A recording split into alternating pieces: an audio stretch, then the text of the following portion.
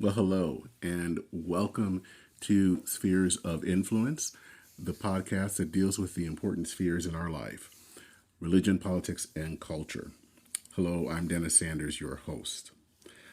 Please, if you are listening to this podcast, consider leaving a review of this podcast. I'd love it if it were 4 or 5 stars, but it would just be important if you leave a review and remember to share this with friends. I really hope that people enjoyed the last episode. It was episode 15, and we talked about the interstate highway system. This has long been one of my passions, and it was nice to find someone else that was as passionate as I was and as knowledgeable about this as Rob Sanders. I do hope we can have him back again, maybe to talk about some other transportation issues.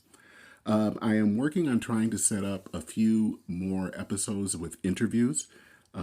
There should be an upcoming one on Afghanistan and the upcoming troop pullout of U.S. troop pullout, and then I am working on doing one. Probably this is going to be one of a series on the future of the GOP and the wider center-right movement in the United States. So sit tight. We are going to be having some more interviews coming up in the near future. Also, just to let you know, I will be putting some episodes. Sometimes it will be just a voice, but sometimes they will actually be me on video, and that will be on my YouTube channel. And there will be a link in the show notes about how you can get onto the YouTube channel to subscribe. And hopefully I will start putting more episodes there, especially video. I do have a video of episode 15 that was that I did, and so that should be going up soon. And I may be doing some just voice only ones that will come up as well. So one of the things you have to kind of know about me is I have both, I think, ADHD. Well, I know I am diagnosed with both ADHD and Aspergers, which is on the autism spectrum. So sometimes the way that I think is not necessarily linear. Things can come really at a frenetic pace and come from different directions. And people who know me always see that I don't necessarily always think things, I kind of just do them. So sometimes there will be episodes like this one that will kind of be bouncing around. So just to understand that, and just hope you enjoy the ride. So I wanted to talk about a few things, and we will talk about some of the issues that took place this past week. And then also I wanted to talk about religion, some things that are happening within religion. And then finally end up with a tribute to the astronaut Michael Collins, who passed away this past week at the age of 90. So let's start with President Biden's speech. You know, the only way that I can say is that, well, big government is back. You know, we have kind of come into this, I think it's too early to say right now that the Reagan consensus, the governing consensus that we have had for the last 40 years is over. I don't think we will know that until a few years down the road. However, 40 years is a long time. The consensus before this was the New Deal consensus, and that was probably from 1933 and probably went until some would say the mid-70s. So it is about time that one consensus ends, a new consensus starts. So President Biden was elected. Most people thought he was going to be somewhat more moderate, and he has actually gone big. We have seen him announce lots of programs. He has talked about his American Family Plan, which has paid leave. universal daycare, a lot of things that are coming down the pike, 2 years of free, of community college. All of this is coming down the pike. And, of course, the problem right now is that how are we going to pay for all this? And I am one that would want to say that simply raising taxes on the upper income alone isn't going to cut it. I'm not opposed to raising taxes on upper income folk. And, we're not talking about raising it to 70 or 90%, as it used to be, but to maybe 40%. But that alone isn't going to cut it. If the goal is to really expand our welfare state, you have to realize that in other parts of the world, people in other parts of the other income brackets are paying a lot more in taxes to pay for all of this. So I don't think, I'm not really certain you can just pull this off with such a tiny group within society paying for it. I think it's been fascinating looking at Twitter. And some of the people that I have followed, which tend to be on the center right, are not happy. They haven't been happy since we've heard some of these programs. Some on the more kind of, I would say,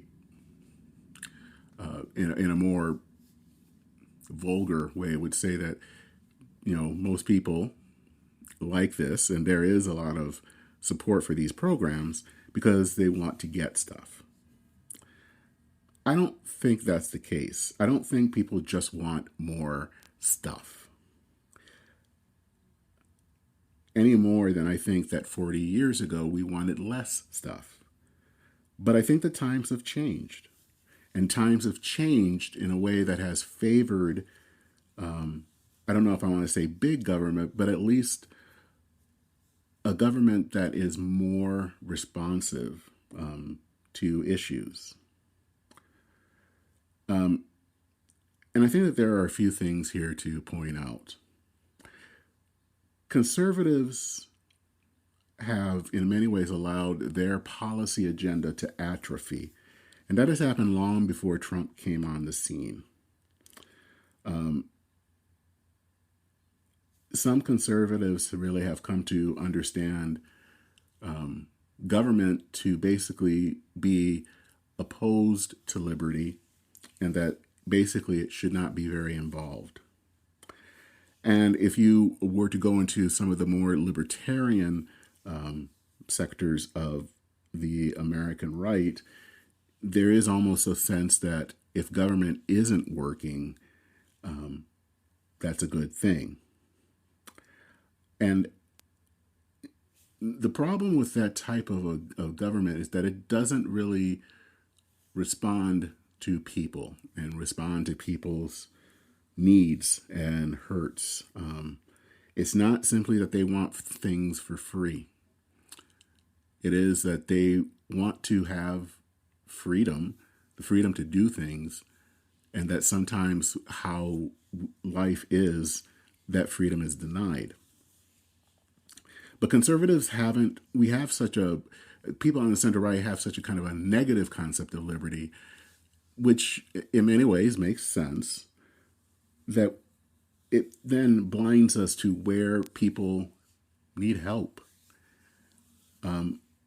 Conservatives, as I said, have really, because now there has been this sense that it is government versus everyone else, there's almost been a less of a desire to actually be engaged in government. And we shouldn't be surprised that the result are people like Matt Gaetz or Marjorie Taylor Greene that are more interested in generating memes on Twitter than they are in actually making policy. There are ways that you can support or have some belief in a government that is active, that is strong, and yet not support big government. And I think that that's the difference. I think some of what Biden is proposing, I think there are some good ideas there. My concern with him and with a lot of people on the center left is that the government that they propose sometimes is too intrusive. It's burdened by the regulatory state that doesn't allow for a lot of freedom. It, in some ways, uses a governmental system that is not as modern as it should be. And so what you need in response is not no government, but a government that is much more responsive, much more strong, but far less intrusive. And I have come to see that there are ways that we can do this. And it's funny because some of the things that have happened in the last few months have really made me favor a more active and stronger government than it used to be. And I think that that's what's changed a lot of people in the consensus. The COVID-19 pandemic has really, I think, changed people in many ways, or be at least more favorable to at least a more active government than in the past. Because, of course, when you have a virus that is sweeping through the population, you can't really always just say, let the private sector handle it. You have to have someone there that can coordinate, maybe sometimes even cajole sectors of society to do things. There are two things personally in my own life that have really, as I said earlier, changed, or at least made me more favorable towards stronger government. The first is that I was let go from a job in June of last year, and then that left me without insurance. The alternative would be I could go on my husband's plan, but it would have been incredibly, incredibly expensive. So he suggested that I look at MNsure. And MNsure here in Minnesota is basically the online marketplace that was made available through the Affordable Care Act, or Obamacare. And so what you do there is that I went, and it is a marketplace. You try to find a plan that fits what you're looking for and sign up, and then you have health care. And that has been helpful because I now have health care. I got a new job that did not offer benefits, but that was okay because I have health care. I can afford a plan, and it's a good plan. And it also has an option that I can add a healthcare savings account, which is great.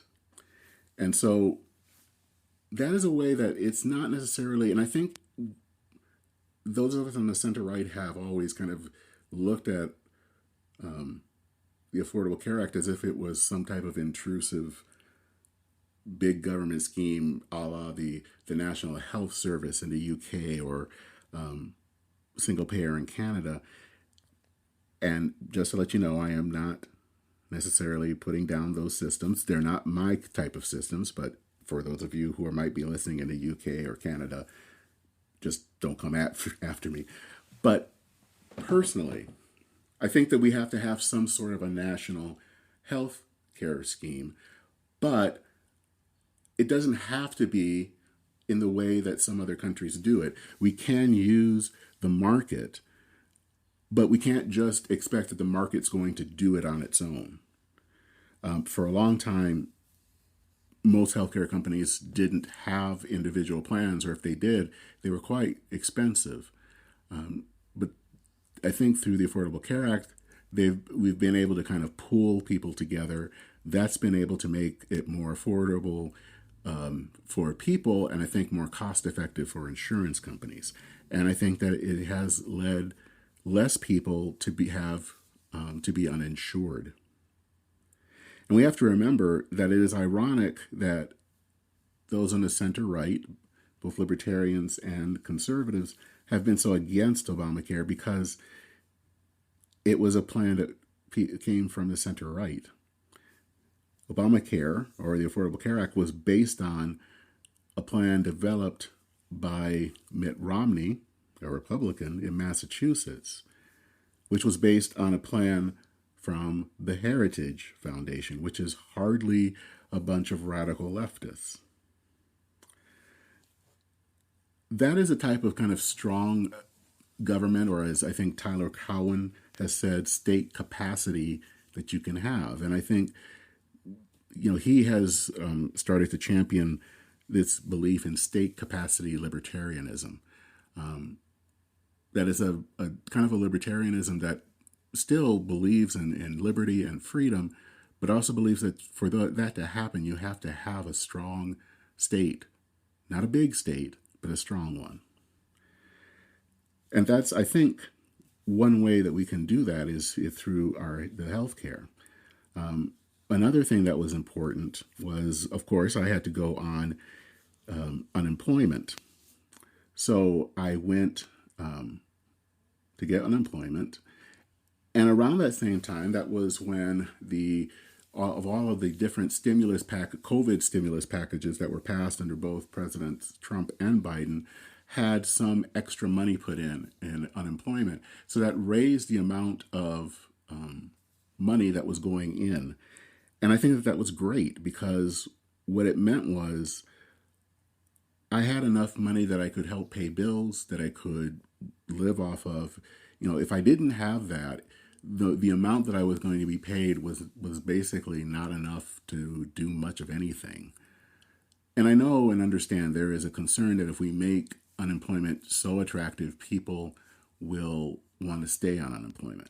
But I can tell you, at least from my own background, I wanted a job. I wanted to be able to work. I wanted to be able to do things. So I didn't want to be on this forever. But in the time period that I was there, I was glad that it was there and that I could have enough money to be able to do what I needed to do, to have the time to look for a job, and to not be so stressed that, figuring out how I was going to pay bills and everything. Conservatives, and I think people on the center right, used to have these skills in governing, and they also really truly believed that there were other parts of society, civil society, that could do some of the functions that a state could do. And I think that there is some truth in that. But I think that they haven't paid as much attention to the fact that civil society over the last 30 to 40 years has really atrophied. A lot of the organizations and institutions that people once put trust in, like the family or churches or civic organizations like the Masons, or those things have really lost ground. They're not as strong as they once were. And so basically, if you don't have a strong government, if you don't have a strong civil society, then people are left on their own. They have to kind of face the world alone. And so we shouldn't be so surprised that all of these changes, that's why I think in 2016, Donald Trump was able to do so well, because he was calling out that the system, the consensus that we had worked on for the last 40 years was no longer working, and it was leaving people unhappy. And while he did not do anything to alleviate that, frankly, because he didn't care, doesn't mean that his point wasn't wrong. It made some sense that I think the center right wasn't paying attention to what was going on in the wider culture. And I think there are some that are picking that up,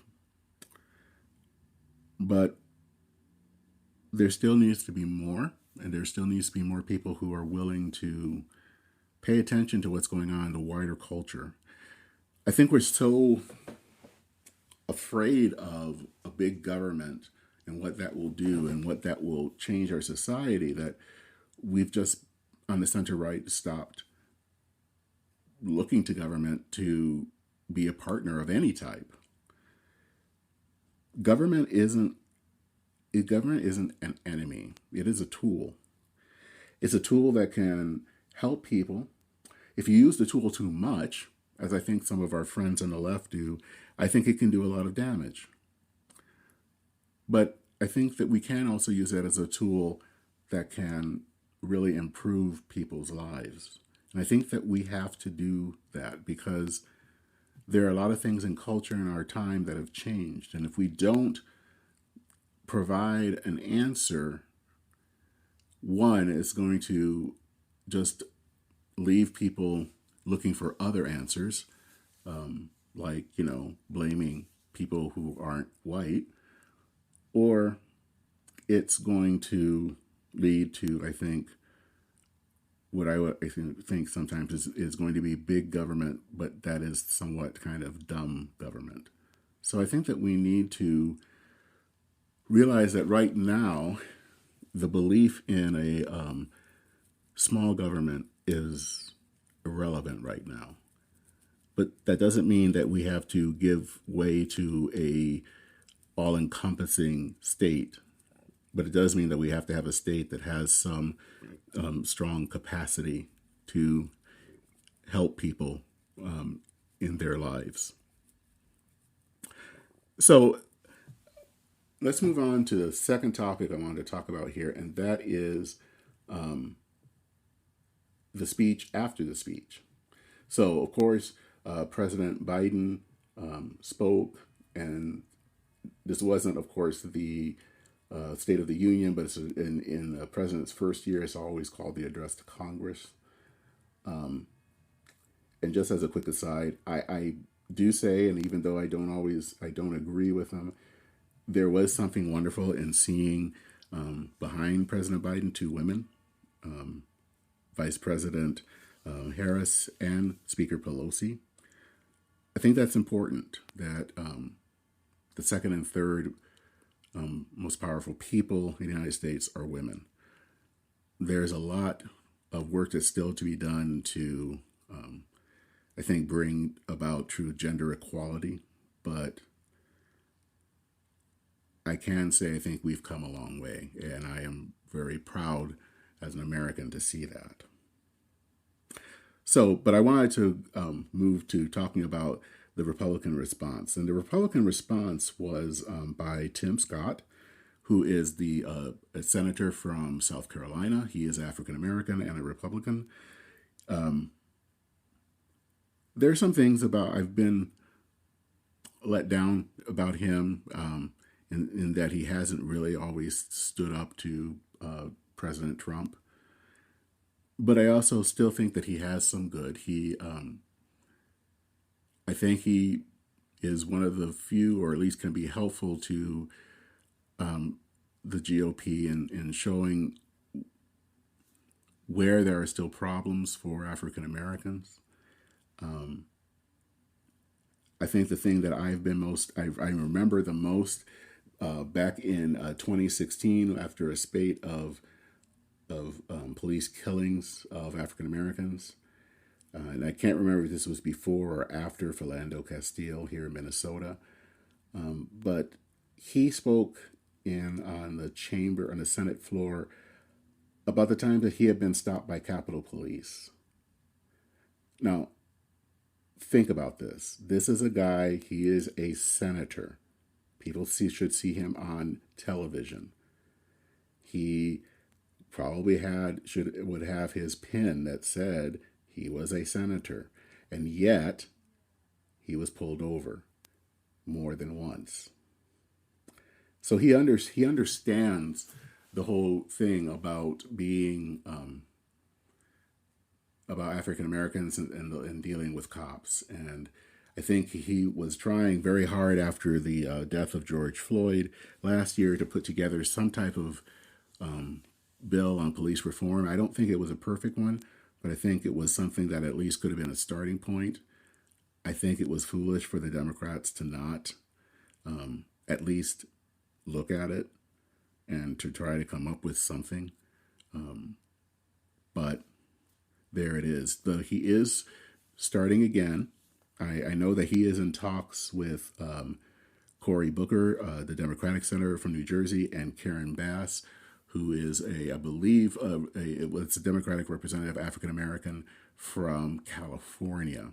And so they are in talks about maybe coming up together with some type of a compromise bill on police reform. And I do hope it passes, or at least it goes somewhere, because I think that we need to address this issue.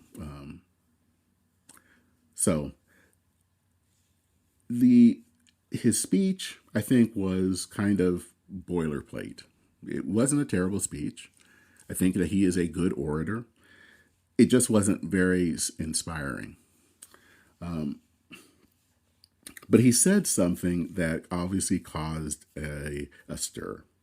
And he said that America is not a racist nation. And there were people that it drew cackles. Some people talked about the fact, that he had been stopped by police. And others were talking, showed pictures of slaves and probably, I think, for the people under Jim Crow and all of this to show that, yeah, we are a racist nation. And it's hard for me to really say that we are or are not a racist nation. I don't think that we are. Let me just put it that way.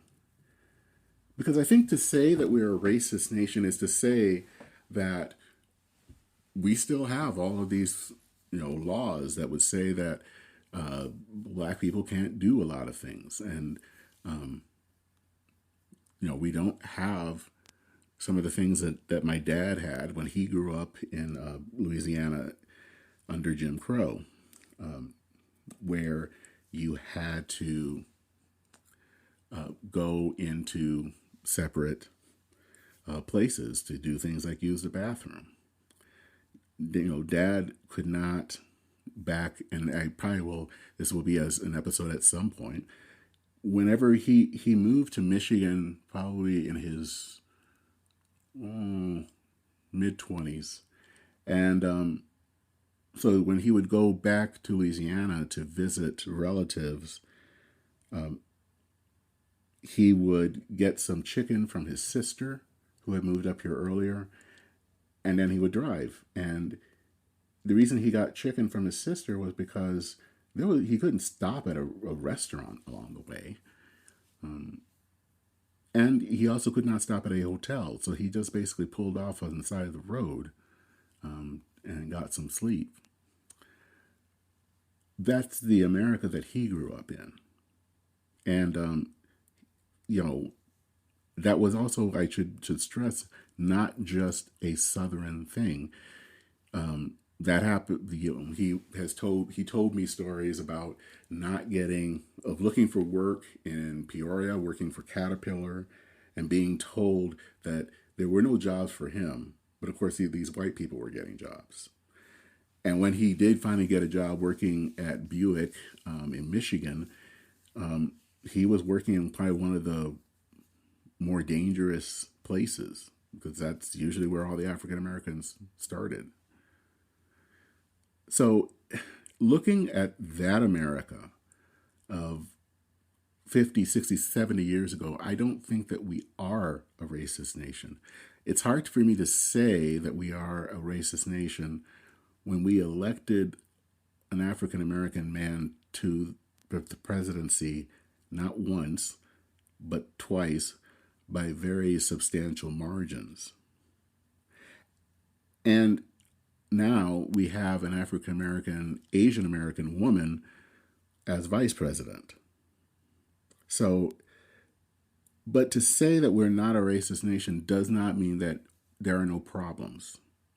And I think that that's where the hesitancy sometimes comes in. Because I think sometimes on the center right, we want to say that we aren't a racist nation and then ignore all the problems that are still happening, such as African American encounters with police.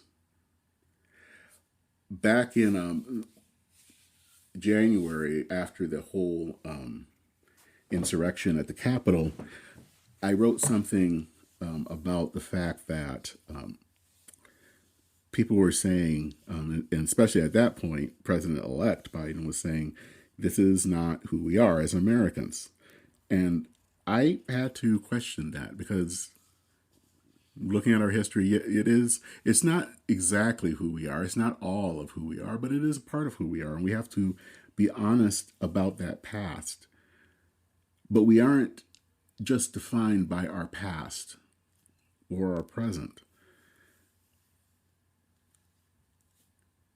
Saying that we're a racist nation in some ways, for me at least, brings up images from South Africa, in the 70s and 80s especially, where African Americans could not vote. I mean, not African Americans, but Black South Africans could not vote. Where they had pass laws where, they had to literally have basically a passport that allowed them to travel within their own country. That's where I think that that's what we're not. But we still have issues. And I think I sometimes get frustrated when people say that we don't have those issues. So such as issues with the police. People will usually bring up with the fact that, well, of course, more white people actually are getting killed by the police than black people. That's true. Of course, it's important to remember that there are more white people than there are black people. So that's something to take into account. Second, in hearing the stories of people who have been stopped by police or have been beaten or even killed, there is a sense that how it happens would not happen for a white person.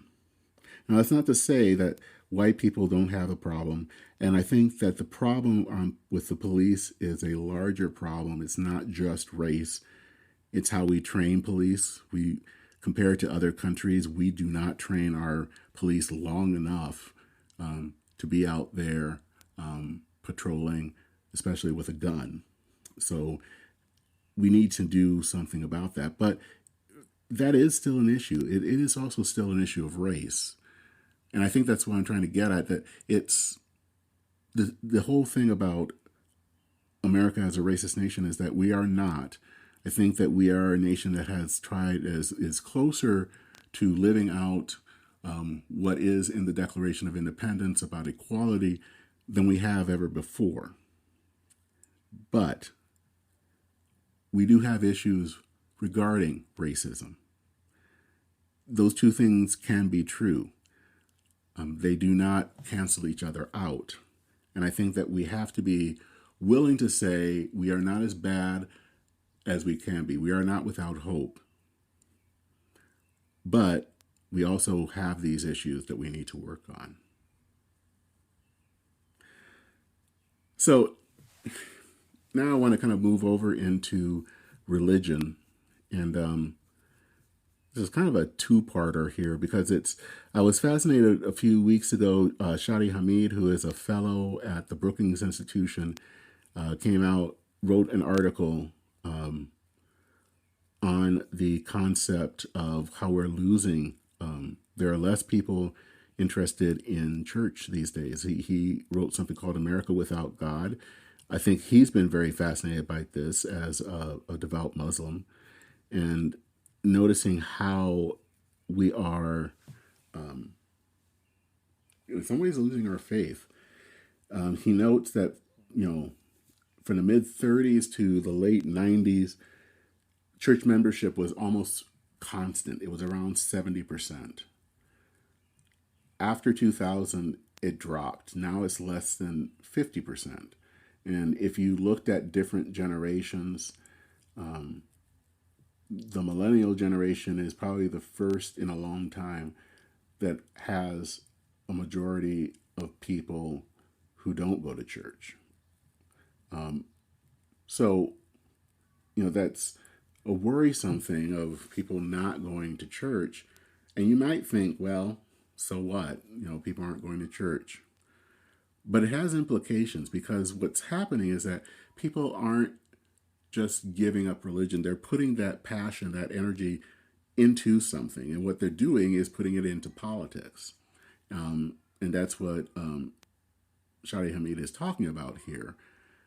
And if you notice, if you think about it, politics has become almost like religion. There is a fervor that I have not seen before. In the past, when we would talk about politics, we all had deeply held opinions, but they weren't held in a way that was almost religious. And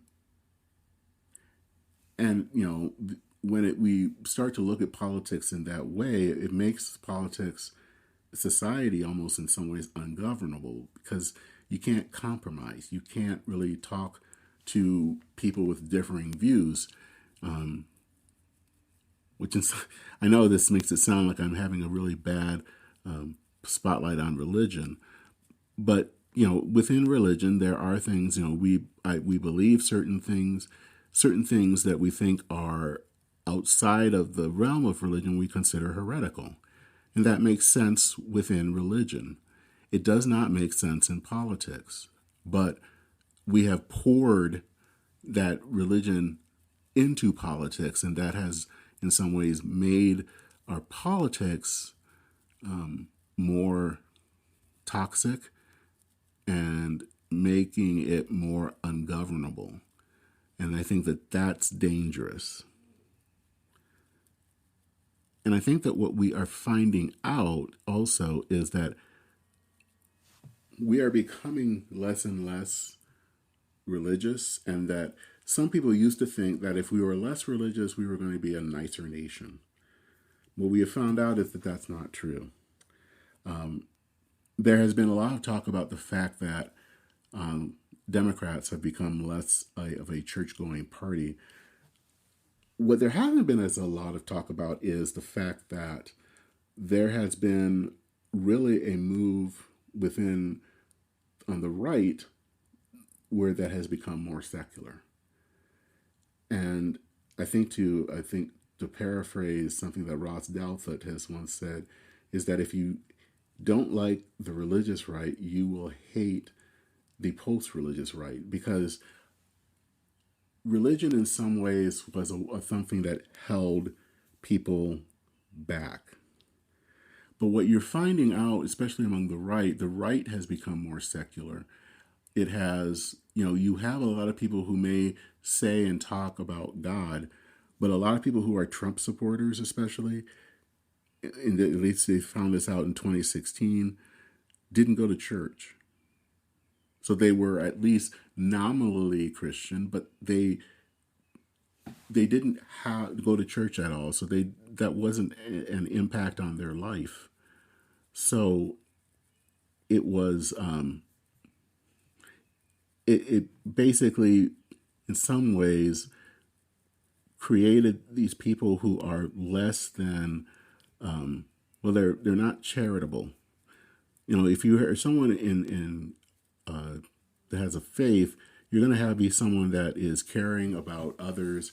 If it works right, you're going to be someone that knows what is right and what is wrong, and what you should say, what you shouldn't say. And when you don't have that, you end up with people who are pretty nasty. I think a lot of the reason that we see such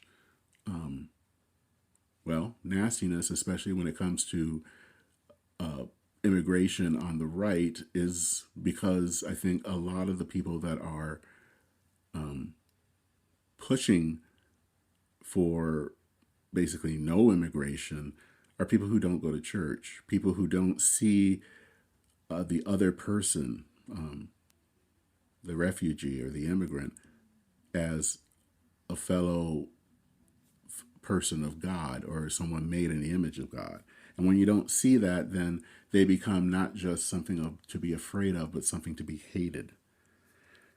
And so I think what's happening is that you have people who religion is not important on either the right or the left. And I think that that's going to make for some really volatile politics in the next 10, 15, 20 years that I think I don't think we're ready to see that happen, but I think it's going to happen. And the thing that is also fascinating is somewhere in this, maybe I don't know if it was in this survey or not, but it talked about the mainline churches. And that is the church tradition that I am a part of. And especially what are called the Seven Sisters of American Protestantism. I'm part of one of those seven sisters. It is the Christian Church Disciples of Christ. The others that I thought you should know are the Evangelical Lutheran Church in America, the Episcopal Church, the Presbyterian Church USA, American Baptist Churches USA, and the United Church of Christ. There are some others that you may want to consider are part of the mainline group, but these are the ones that are most well known. And it's not a secret that those groups have declined in the last 20 to 30, well, actually I would say about 40 years. And that has caused a lot of concern. 2 years ago, a professor at Luther Seminary in St. Paul, Dwight Zeschel, who is a ELCA or Evangelical Lutheran Church in America minister, wrote an article that was causing a lot of buzz that was called, "Will the ELCA be gone in 30 years?" And there are projections that if you looked forward to 20 years from now, 2041, that the average of people would be in worship on a Sunday would be 16,000. And the number of total people in the denomination would be 67,000. Now, mind you, it's important to know the ELCA was created, it was by a merger back in 1988.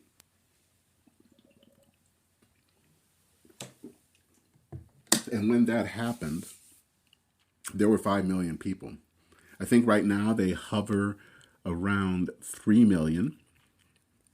Yeah, I see here 3.3 million as of 2019. And so they are losing people. And the Reverend Zeichel was kind of curious about what's going on, what's causing people to not go to church anymore. And I think he found a few things. He talks about culture and how our culture makes it hard for people to imagine and to be led by God. That's kind of a problem in the West. We aren't really very clear about what is it to be distinctive about being Christian. And our churches aren't really good at helping people make meaning of their lives. And so, his thing is that Christians need to rediscover some of the simple things that they've always done, that prayer, the scripture, service, hospitality, the things that are important to congregational life, that can help people kind of see God in action and to really make spiritual habits more accessible, and listening to people in your community and outside, and then learning how to translate the language of church into the wider culture. And there are some others here, experimenting with different things and sharing the journey, sharing sharing with each other, both in the church and I think outside of the church. And I think that those are all good ideas. My concern sometimes when I notice being in the mainline church, and I've been part of it now for about 30 years, is sometimes within the church how people don't see its necessity. Sometimes what I will hear sometimes is that, a church closing it's sad, but it's not a really big deal. That happens. Everything dies. So we have this kind of view that we don't seem to place a huge amount of emphasis on the local church. We're not planting new churches. We're involved, I think, socially, and I think that that's always been a strength in the mainline churches. But I worry that it's becoming that we're doing social justice and social witness, but without the local church. And I think that that's kind of makes up a very weak spirituality. And I think, the other, I tend to be very wanting to get people interested about this and to care is because I think for me, it's a personal issue. Being someone that's openly gay, this has been mainline Protestantism was the only place that would welcome me. I have a lot of respect for other traditions, for Catholicism, for evangelicalism. There are people within those traditions that I respect. But I could never, in some cases, I wouldn't be able to be a part of their fellowship. And I definitely would not be able to be ordained. And I worry that we have this tradition, this great tradition of mainline Protestantism that I think people within it are letting to slip away, that we take it for granted. And I wish that there would be more seriousness because it's a special part of American religion. But we have to be serious about it, and we have to see its impact and importance in the lives of people. And I hope in coming years people will take it more seriously, and that there will be leaders that will take it seriously, that are not just strong on social issues, because that's important, but also knowing and understanding the spiritual issue as well. The final thing that I wanted to close in on is a tribute, or at least a remembrance. Michael Collins died on Wednesday at the age of 90. Now, some of you probably are already going to ask me, who is Michael Collins? Some of you also might think I'm talking about the leader of the Irish Revolution a century ago. So it's not that Michael Collins. Michael Collins was the third astronaut on Apollo 11. But a lot of people don't know who he is. The reason that they don't know is because the other two people on the trip with him were able to be on the surface of the moon in 1969, and Collins didn't.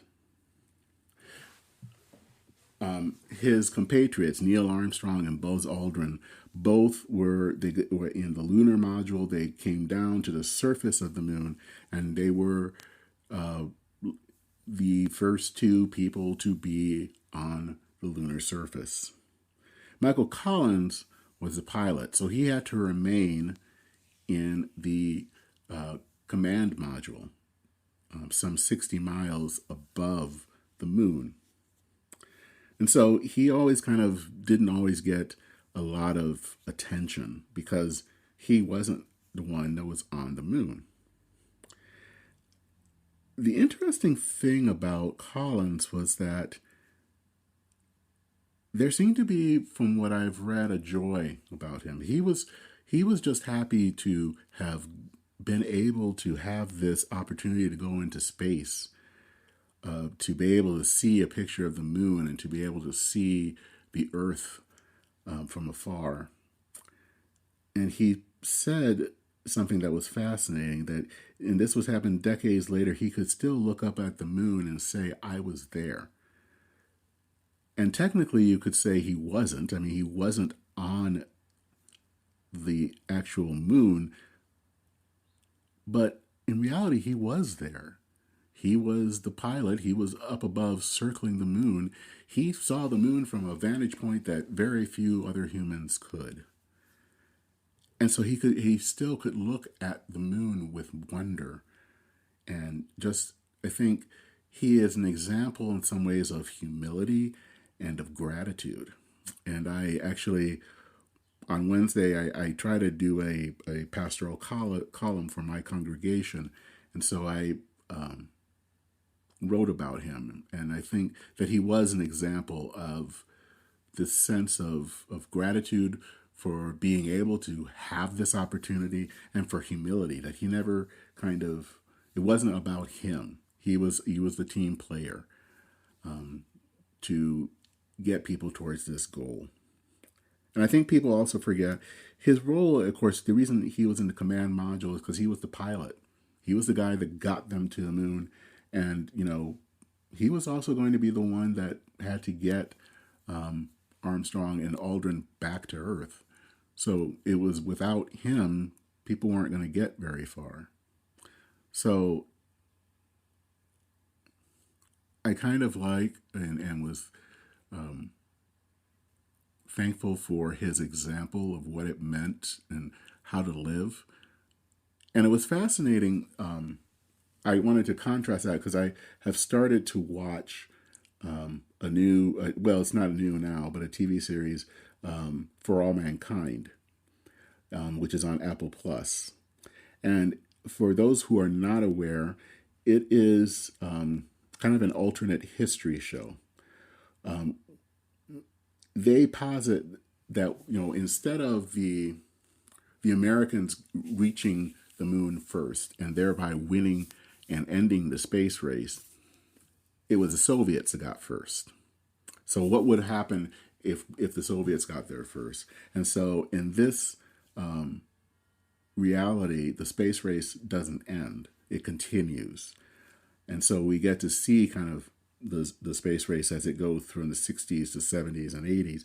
And in the first episode, we deal with this fictional astronaut by the name of Ed Baldwin. And Baldwin was on Apollo 10.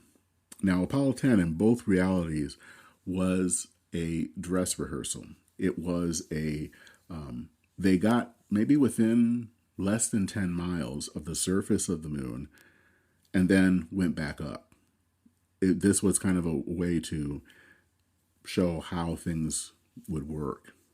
Well, Baldwin was upset, and so were some of his fellow astronauts, that he didn't go farther, that he just maybe disobeyed what people said and continued to go down to the surface. And once he got to the surface, he would have been the first man on the moon.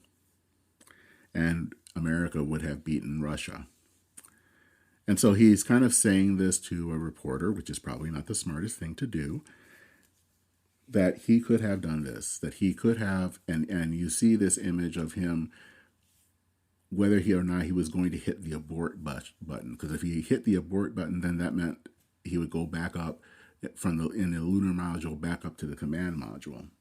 And of course he does that, and he regrets it. And I can contrast that because I think he, in some ways, wasn't being a team player. It was this sense of wanting the glory before being part of the team. And I think that's so different from Collins. Now, that he wasn't interested in grabbing the spotlight. He was interested in being a part of history, being a part of helping to meet a goal. And I just think that that's such a wonderful example. And I guess I want to thank Collins for being such an example that I think especially today we need to hear more. And, as we are starting our new race towards the moon with the Artemis program, I hope it is something that other astronauts are listening to, that it is a good thing to be part of the team, that we get there together, not by stealing the glory, but by coming together and working for a common goal. Well, that is my kind of odd journey. As I said, this is what you kind of get when you have someone that's kind of with ADHD and autism. It's kind of, you're going to be going everywhere. But I hope that you enjoyed it. I hope that this was an interesting discussion. There wasn't really any main theme today, but I wanted to talk about a few different things that I think are important. Stay tuned because, as I said, we will be having some interviews that I think are going to be fascinating. And also, if you have an idea for an interview, let me know. The email is going to be in the show notes. And just drop me a line and we can talk. And so, thank you. I'm glad we had this time to chat. And take care. And I will see you next time. Godspeed.